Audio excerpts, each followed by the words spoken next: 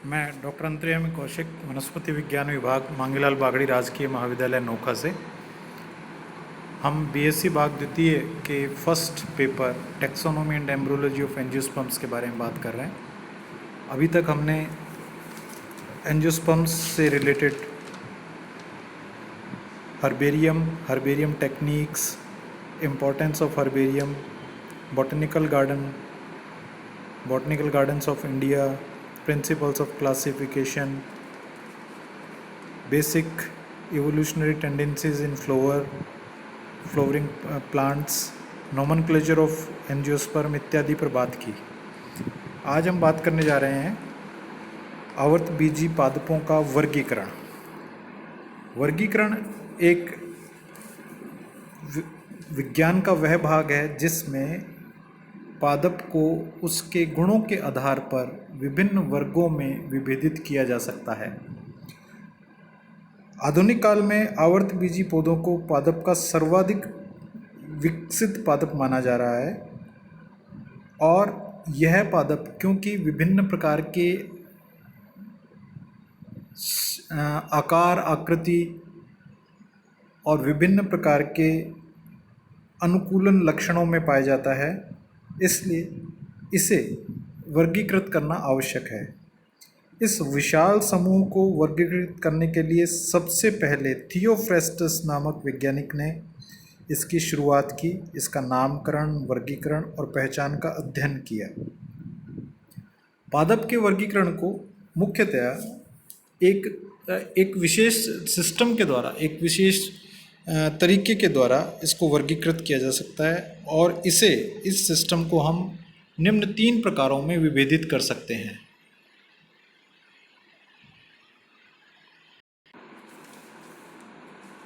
सबसे पहले वर्गीकरण की पद्धति हमारे पास में आती है जिसे हम कहते हैं artificial classification, artificial systems of classification या कृत्रिम पद्धति। इस पद्धति में यह सबसे पहले विकसित होने वाली पद्धति थी। इसे सबसे पुरातन पद्धति माना जाता है। इस पद्धति में पादप को कुछ लक्षणों के आधार पर इस पद्धति में पादप के कुछ ही लक्षण, 1 या 2 या 3, मतलब संपूर्ण लक्षणों को नहीं लिया जाता। 1 या 2 लक्षणों के आधार पर पादप को वर्गीकृत किया जाता है, इसलिए इसे आर्टिफिशियल या कृत्रिम पद्धति कहते हैं।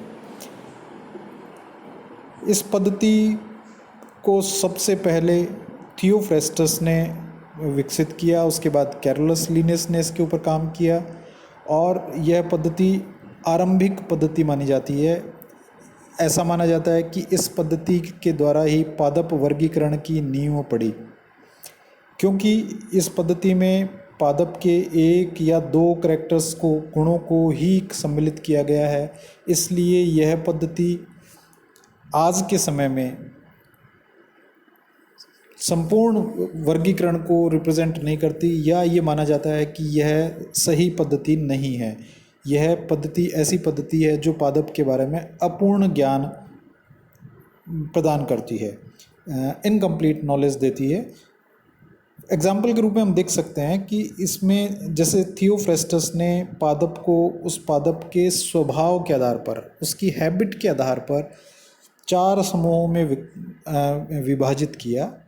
उन्होंने पादप को शाख या हर्ब, उपक्षुप या अंडरश्रब और क्षुप श्रब तथा वृक्ष श्रेणी में, ट्री श्रेणी में उसको विभाजित किया। अर्थात उन्होंने संपूर्ण विश्व में पाए जाने वाले पादपों की सिर्फ 4 श्रेणियां बनाई, उनके आकार और आकृति के आधार पर, जो कि एक सही मायने में पादप का वर्गीकरण नहीं है। इसी प्रकार से लिनियस ने पादप को पुंकेसर की संख्या के आधार पर, मोनोएंड्री, डाईएंड्री, ट्राईएंड्री, टेट्राएंड्री, पुंकेसर की संख्या के आधार पर, 1 पुंकेसर है तो मोनोएंड्री, 2 पुंकेसर तो डाईएंड्री, 3 पुंकेसर ट्राईएंड्री, इस प्रकार से विभाजित किया। क्योंकि इसमें पादप के संपूर्ण गुणों को सम्मिलित नहीं किया गया था, इसलिए यह पद्धति अपूर्ण पद्धति मानी जाती है, इनकम्प्लीट पद्धति मानी जाती है, इनकम्प्लीट सिस्टम ऑफ क्लासिफिकेशन माना जाता है। इसलिए आर्टिफिशियल सिस्टम को सिर्फ ये माना जाता है कि यह पादप वर्गीकरण की नींव, या आप ये कह सकते हैं कि इन वैज्ञानिकों के द्वारा वह कार्य किया गया जिससे पादप वर्गीकरण का कार्य प्रारंभ हुआ। दूसरी पद्धति आती है हमारे पास में, जिसे हम प्राकृतिक पद्धति कहते हैं, नेचुरल सिस्टम कहते हैं। इस पद्धति में पादप के मॉर्फोलॉजिकल कैरेक्टर्स, आकारीय लक्षणों को सम्मिलित किया गया है। जड़, तना, पत्ती, पुष्प, फल से लेकर जितने भी आकारीय लक्षण पाए जाते हैं उन सबको सम्मिलित कर इस पद्धति का विकास किया गया। यह पद्धति क्योंकि मॉर्फोलॉजिकल, बाह्य आकारीय लक्षणों पर आधारित है और इसमें सभी संभव गुणों को सम्मिलित किया गया है, all possible characters are included, इसलिए इस पद्धति पर अधिक विश्वास है वैज्ञानिकों का। इस पद्धति के आधार पर पादपों का वर्गीकरण संपूर्ण वर्गीकरण माना जाता है। ऐसा माना जाता है कि इस पद्धति का उपयोग करके, इस प्रकार के सिस्टम्स का उपयोग करके हम फील्ड में प्लांट्स को या पादपों को पहचान सकते हैं। और यह सत्य भी है, क्योंकि मॉर्फोलॉजिकल कैरेक्टर्स के आधार पर जब प्लांट्स के सभी कैरेक्टर्स को इंक्लूड किया गया हो, सभी गुणों को सम्मिलित किया गया हो, तो क्लासिफिकेशन जो है, वर्गीकरण है, वो अधिक सही होता है, उसको हम एक्यूरेट मान सकते हैं। बेंथम व हुकर का सिस्टम जो हमारे सिलेबस में भी है, हम इसको इस लेक्चर के बाद पढ़ेंगे, इस पद्धति पर आधारित है। इसे नेचुरल सिस्टम कहा गया है, इसे फील्ड सिस्टम ऑफ क्लासिफिकेशन भी कहा गया। बहुत से अन्य वैज्ञानिक जैसे एपीडी डी कैंडोले या जॉन लिंडले या डी जेस्यू इत्यादि ने अलग अलग समय पर अलग अलग वर्गीकरण दिए जो कि नेचुरल सिस्टम पर आधारित है, इस पद्धति पर आधारित है। और यह पद्धति प्रैक्टिकल सिस्टम माना जाता है। इस पद्धति को प्रायोगिक रूप से जो रिसर्चर्स हैं, शोधार्थी हैं या टीचर्स हैं या स्टूडेंट हैं, वो इसका उपयोग कर पादप को आसानी से पहचान सकते हैं, आसानी से वर्गीकृत कर सकते हैं। तीसरी पद्धति आती है हमारे पास में, जिसे हम कहते हैं जातिवृत्तीय पद्धति या फाइलोजेनेटिक सिस्टम। यह नेचुरल सिस्टम से थोड़ा एडवांस सिस्टम है। इस सिस्टम में पादप का वर्गीकरण उसके विकास और उनके जनन गुणों पर के आधार पर किया गया। अर्थात इस प्रकार के सिस्टम में पादप का वर्गीकरण उसके गुण और उसके पूर्वजों में पाए जाने वाले गुण, उनमें किस प्रकार से विकास हुआ, उस आधार पर किया जाता है। यह पद्धति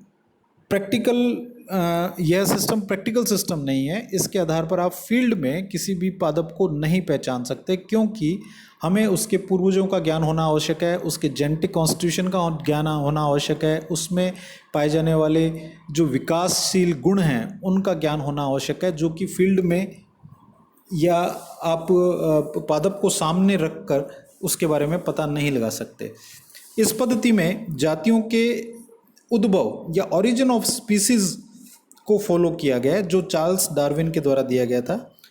उनके अनुसार किसी भी जाति के उत्पत्ति काल से वर्तमान तक की संपूर्ण विकास को उस जाति का जातिवृत्त कहते हैं या फाइलोजेनी कहते हैं। और ये फाइलोजेनी उसके क्लासिफिकेशन में, उसके वर्गीकरण में काम में ली जाती है। इस पद्धति पर आधारित एंगलर व प्रेंटल का सिस्टम है। हचिंसन के द्वारा दिया गया वर्गीकरण इस पद्धति पर आधारित है। और अन्य तख्ताजान के द्वारा दिया गया, कॉनकिस्ट के द्वारा दिया गया, डेल ग्रीन के द्वारा दिया गया या थोर्ने के द्वारा दिया गया वर्गीकरण का जो सिद्धांत है वो है इस पद्धति पर आधारित है। जब हम तीनों पद्धतियों को कंपेयर करते हैं, तीनों पद्धतियों का आपस में कंपैरिजन करते हैं, तब ये पाते हैं कि आर्टिफिशियल सिस्टम जो है वह प्रैक्टिकल नहीं है, वह अपूर्ण ज्ञान वाला है। नेचुरल सिस्टम है वह प्रैक्टिकल है, लेकिन उसमें पादप के जेनेटिक और उसके पूर्वजों के बारे में ज्ञान प्राप्त नहीं होता। और फाइलोजेनेटिक जो जातिवृत्तीय सिस्टम है उसमें पादप के पूर्वजों के बारे में ज्ञान होता है, लेकिन वर्तमान के बारे में ज्ञान नहीं होता। या हम ये कह सकते हैं कि पूर्वजों के ज्ञान के आधार पर ही हम उसके वर्तमान का पता लगा सकते हैं। इसलिए ये तीनों सिस्टम एक दूसरे के साथ कंपैरिजन में तो ठीक है, लेकिन प्रैक्टिकली ये एक दूसरे के साथ में नहीं टिकते हैं और तीनों का अपने अपने स्थान पर अलग अलग अपना अपना इम्पोर्टेंस है, अपनी अपनी उनकी महत्वपूर्णता है। अगले लेक्चर में हम बेंथम व हुकर के वर्गीकरण के सिद्धांत को पढ़ेंगे। धन्यवाद।